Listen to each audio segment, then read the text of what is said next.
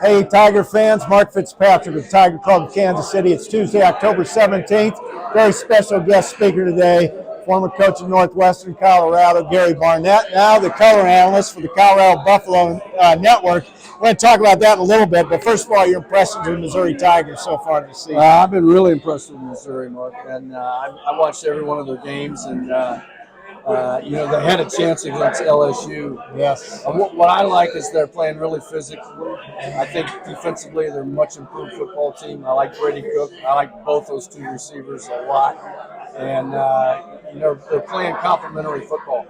Play South Carolina this week, a homecoming game. South Carolina's quarterback Spencer Rattler. We saw him at Oklahoma. It could be a tough challenge for the Mizzou defense. You know, he's spotty. He can just catch fire, and then some days he's just not very good. He's erratic, but he's a good player. And a year ago, before the season started, a year ago, he was ranked the #1 prospect for the Heisman. Right. And so he's struggled, but he seems to have found a good place in South Carolina. All right, you're the color analyst for Colorado football, which has been the most talked about program in the country this year. You had us riveted today with your discussion of it. What's it been like? In short answer.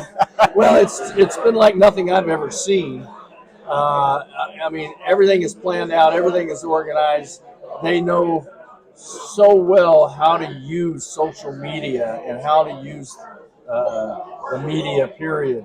And we have a celebrity coach at every practice. Somebody, Terrell Owens, Warren Sapp, Keyshawn Johnson. They're just one right after the other.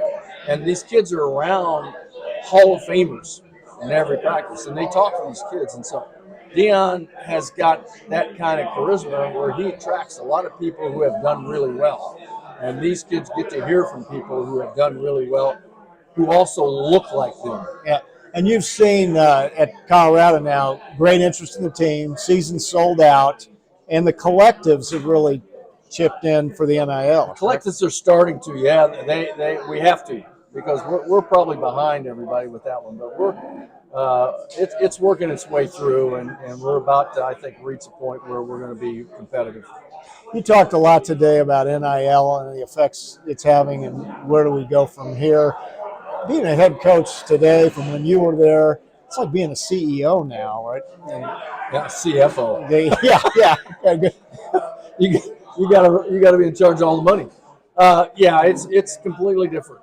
Well, I say it's a lot different. And if I were in it, I'd figure out a way to do it. It wouldn't be my choice. I mean, I felt like when I got to coach, it was the best time ever in college football. Yeah. But the people who are coaching now think this is the best time. So it just depends on what you're used to, and I'm probably just a little more old school. It'd be a little harder for me to adjust. Do you see eventually some kind of federal law, or does the NCAA have any teeth left that they can? The NCAA doesn't have any teeth, and it's just whether we get a federal law or some sort of ruling that makes them into employees. I don't want that to happen, but I don't know that it can be avoided. Last question. Who's your pick for national champion and Heisman this year at this stage of the season? Well, I'll tell you, I don't know if anybody's playing better than Caleb Williams unless it's Michael Penix. Okay. But I'll tell you what, the guy who played at LSU, he's going to be a factor in this thing. He leads the country in quarterback runs, yards. He's got 3 or 4 of the top numbers in throwing the ball. Jayden Daniels is really good. So I'd say those 3 guys would be who you're closely watching. National championship, I think it's a strange year. I don't know who you pick at this point in time. I think Washington certainly would have a chance. I'm eager to see Penn State play Ohio State this weekend to see if they're going to have a chance. Georgia, I think the odds are against Georgia, even though they've won it 2 years in a row. I think it's hard to win it the 3rd time. But I like Washington. I like Penn State.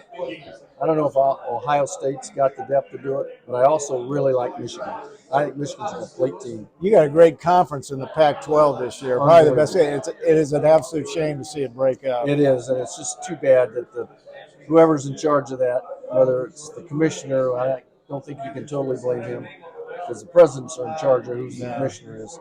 You know, it is a shame. And like I said, if Dion would have been in this conference a year ago, this conference would have never broken up. Thank you so much All for right, coming Mark. in Thank every you. year. I really appreciate it. One of the best crowds we've had all year.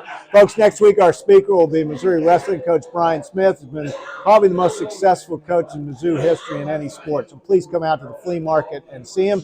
And we'll have a happy hour this Thursday at Southside Grill in Kansas City, 5 to 7. Come out and see us. For more information, go to kctigerclub.com.